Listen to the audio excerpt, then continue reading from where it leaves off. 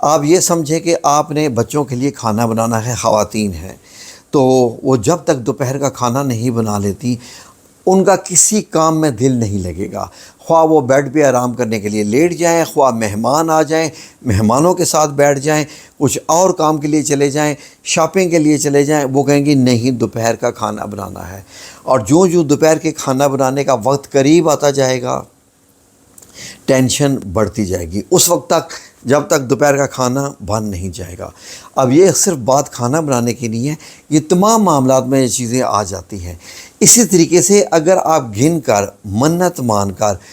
آپ درود پاک پڑھیں گے تو سارا دن جب آپ سوچ بھی رہے ہوں گے، فار ایگزامپل آپ کھانا بنا رہی ہیں اور آپ جناب جی ہنڈیاں پکا رہی ہیں، روٹیاں بنا رہی ہیں، آپ کے ذہن میں ہاں مجھے درود پاک پڑھنا ہے آج، اور جیسا ہی آپ درود پاک کے متعلق سوچ بھی رہی ہیں تو وہ آپ کی عبادت شمار ہو جائے گی، وہ آپ کی ایسی عبادت شمار ہو جائے گی کہ نبی کریم صلی اللہ علیہ وآلہ وسلم اب آپ کے دل و دماغ پر بیٹھ جائیں گے۔ اور اللہ رب العزت کی قسم کہ یہ سب سے بڑی عبادت ہے کہ جب آپ کے ذہن میں یہ سوال ہو جائے کہ مجھے تو رسول اللہ صلی اللہ علیہ وآلہ وسلم پر درود پاک بھیجنا ہے، اتنی بار پڑھنا ہے، گو کہ ابھی آپ پڑھ نہیں رہی ہیں لیکن اس کے متعلق سوچنا بھی بہت بڑی عبادت ہے۔ اب فار ایگزامپل آپ نے جو منت مانی ہوئی ہے اس کو کیسے ادا کرنا ہے، یہ اب سب سے اہم بات ہے، ٹھیک ہے جی۔ وہ تو ایک سوچ کا بھی میں بتا رہا تھا نا کہ یہ سوچنا بھی کہ مجھے نماز پڑھنی ہے، یہ سوچنا بھی کہ مجھے درود پاک پڑھنا ہے، یہ بھی عبادت ہے۔ اب جو آپ نے منت مانی ہوئی ہے کہ ٹھیک ہے جی میں نے ایک نشست میں 3333 بار درود پاک پڑھنا ہے، کیونکہ آپ لکھ بھی رہی ہیں کہ آج کتنا ہو گیا ہے۔ اب غور سے سنیے ناظرین، اب آپ غور سے سنیے کہ جو آپ نے منت مانی ہوئی ہے اور درود شریف ایک نشست میں بیٹھ کے پڑھنا ہے، وہ مختلف نشستوں میں بھی ہو سکتا ہے لیکن جب بھی پڑھنا ہے کیسے؟ نمبر 1، آپ مکمل باوضو ہوں، کوشش کریں کہ دھلے ہوئے خوبصورت سے بالکل صاف ستھرے کپڑے پہنیں۔ اگر آپ صاحب حیثیت ہیں تو ایک نیا جوڑا خرید لیجئے، نیا اگر آپ کے پاس کپڑے ہیں وہ، پھر پاک اور پیاری سی جگہ ہو جہاں بیٹھ کے آپ نے پڑھنا ہے، صاف ستھری بالکل پاک اور صاف ستھری جگہ ہو۔ نمبر 2، جس جگہ بیٹھ کے آپ درود پاک پڑھ رہے ہیں اس کمرے میں کسی قسم کی کسی بندے کی کوئی تصویر نہ لگی ہوئی ہو، اس کمرے میں کوئی ایسا کھلونا نہ پڑا ہوا ہو جو انسان یا جانور سے مشابہت رکھتا ہو، یا کوئی بت پڑا ہوا ہو، ایسی چیز کوئی بھی اس کمرے میں نہیں ہونی چاہیے۔ بعض لوگ گھروں میں کتے رکھ لیتے ہیں، اول تو رکھنے ہی نہیں چاہیے، اگر رکھا ہوا ہے کتا تو اس کو کہیں دور اپنے سے دور کر دیں، اس کمرے کو دروازے کو لاک کر دیں، بند کر دیں اور بتا دیں کہ اب مجھے کوئی ڈسٹرب نہ کرے، ٹھیک ہے جی۔ اس دوران اب آپ نے موبائل کو بھی اپنے سائلنٹ کر لینا ہے، کیونکہ ناظرین جیسے ہی آپ درود پاک کا ورد کرنا شروع کریں گے آپ کے ارد گرد میں فرشتوں کا نزول شروع ہو جائے گا۔ کچھ لوگ اس کو موکلات کا لفظ دیتے ہیں لیکن بیسیکلی فرشتوں کا لفظ بہت بہتر ہے۔ اب وہ آپ کے ارد گرد آ کے بیٹھتے جائیں گے، جو آپ پڑھتے جائیں گے وہ فرشتے آپ کا درود پاک، جیسے ہی آپ نے کہا نا اللہم صلی علی سیدنا محمد، ایک فرشتہ automatic in a part of second کے حصے میں آپ کے پاس پہنچ جائے گا، اب وہ بیٹھ جائے گا۔ جیسے ہی آپ پڑھتے جاتے ہیں نا، اگر آپ درود ابراہیمی پڑھ رہے ہیں تو اب وہ سنتا جائے گا اور نوٹ کرتا جائے گا کہ آپ صلی اللہ علیہ وسلم نے نبی کریم صلی اللہ علیہ وآلہ وسلم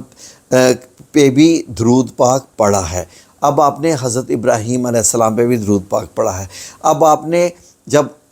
وہ اصحاب ہی پہ بھی پڑھا ہے تو اب جو آپ صلی اللہ علیہ وسلم کے اصحاب ہیں اب ان کے بھی نام سارے آ گئے، ٹھیک ہے جی۔ آپ کو نام لینے کی ضرورت نہیں ہے، وہ سب جانتے ہیں۔ اب جیسا کہ آپ نے وَعَلَىٰ آلِهِ، جیسے ہی آلہ پڑھا، اب اس میں سیدہ فاطمہ الزہرا سلام علیہا رضی اللہ عنہا وہ بھی اس میں شامل ہوگی، اور حضرت امام حسن و حسین رضی اللہ عنہم اور حضرت علی رضی اللہ عنہ بھی اب سارے اس میں آل آ گئی۔ اب یقین کریں کہ آپ نے ایک بنڈل جیسے گلدستہ بنا دیا ہوتا ہے نا بڑا، پوری ایک جو ہے وہ بلیسڈ فیملی اور بلیسڈ پیپل کے لیے اب آپ نے وہ پڑھ لیا۔ اب یقین کریں کہ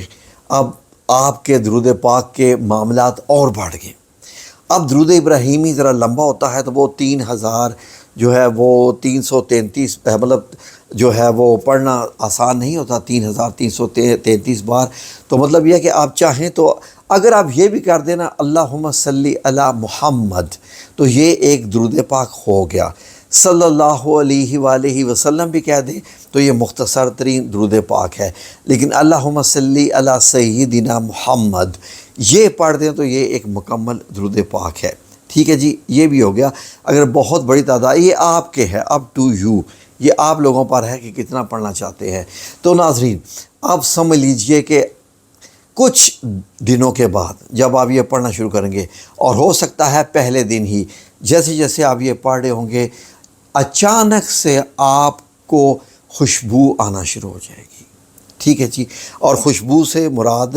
جو ہے وہ جو آنا شروع ہو جائے گی وہ ان موکلات، ان فرشتوں کی بھی ہو سکتی ہے جو آپ کے ارد گرد بیٹھے ہیں، یا ہو سکتا ہے کچھ اولیاء کرام بھی آپ کے درود پاک میں شامل ہو جائیں، یہ ان کی بھی خوشبو ہے۔ اور ان کو ویلکم کرنے کے لیے آپ نے انگریزی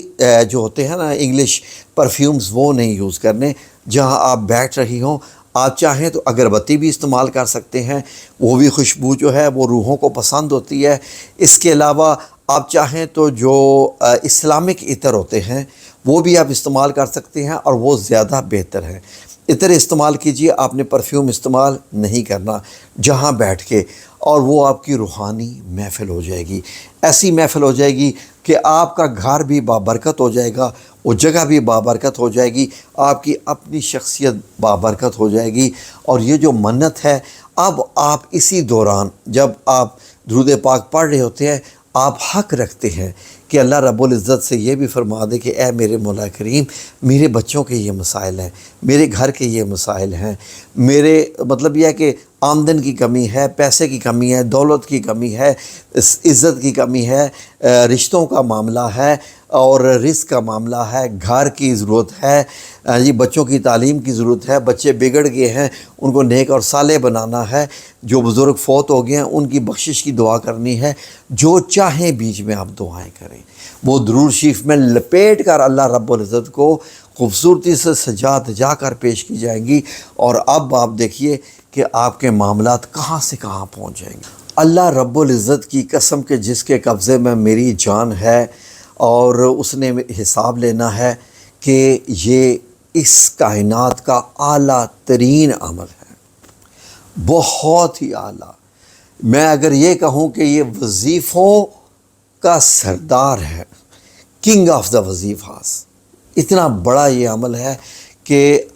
اور یہ صرف دنیاوی عمل نہیں ہے، یہ آخرت میں آپ کے ایسے درجات بڑھا دے گا کہ ہو سکتا ہے کہ آپ جائیں، نامہ اعمال پیش ہو اور آگے سے آپ کے کہیں کہ جائیں جی،